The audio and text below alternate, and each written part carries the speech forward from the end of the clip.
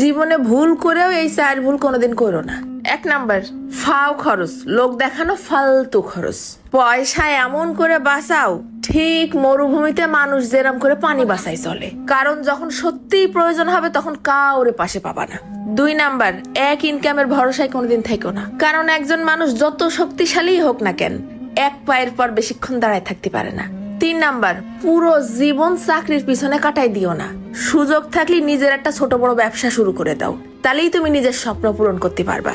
4 number, ফালতু party, লোক দেখানো বড় লোকই চাইল, যত কম পারো তত কম দেখাও, কারণ লোকে বললেই ধনী হওয়া যায় না, ধনী হতে হয় নিজের পায়ের তলের মাটি শক্ত করে।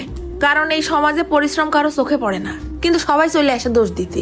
কোনো বড় সড়ো কিছু না করতে পারলে তোমার দোষ ধরা শুরু করে দেবে, আর যদি ভুল করে সাকসেস হয়েও যাও তখন টুকুস করে ট্যাগ লাগাই দেবে তোমার কপাল ভালো। তাই কষছি, মানুষ গরিব হয় মানুষের ইনকামের জন্য না, মানুষের অভ্যাসের জন্য।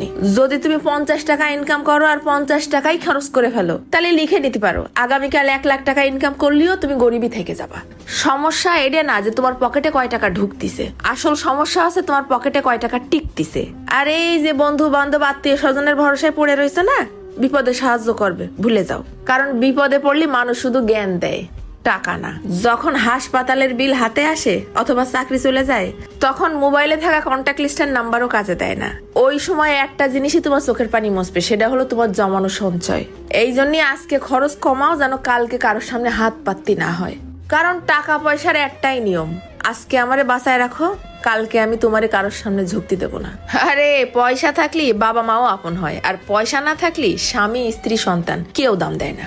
কারণ এই সমাজের টাকার কোনো মুখ না থাকলেও টাকাই কথা বলে।